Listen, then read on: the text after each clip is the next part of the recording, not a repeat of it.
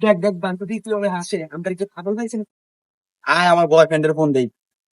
বান্ধবী দুটা পোলা আমরা দেখি আমরা হাসলো করে বুঝলাম না, আমরা দুজন দিয়ে কি মজা হয়েছে নাকি? তিন বললো আমরা দেখি। আয় আমার বয়ফ্রেন্ডের কাছে আজকে উচিত শিক্ষা দেবো। আয়